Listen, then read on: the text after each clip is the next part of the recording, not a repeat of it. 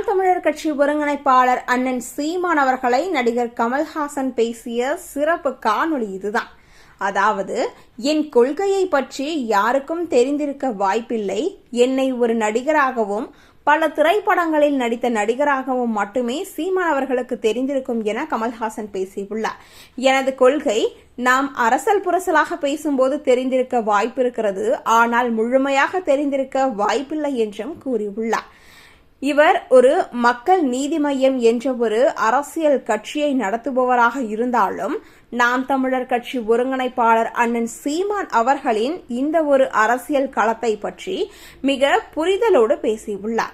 என்னதான் நாம் அரசியல் கட்சி நடத்தினாலும் இன்னொரு அரசியல் கட்சி தலைவரை பற்றி பேசுவார்களா என்ற ஒரு கேள்வி எழும்பொழுது தற்பொழுது கமல்ஹாசன் பேசியது மிகப்பெரிய ஒன்றாக பார்க்கப்பட்டு வருகிறது.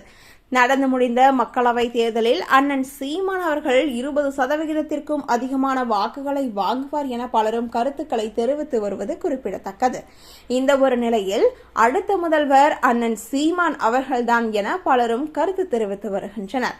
இது கண்டிப்பாக நடந்தே தீரும் என்பதுதான் இளைஞர்களின் கருத்தாகவும் உள்ளது.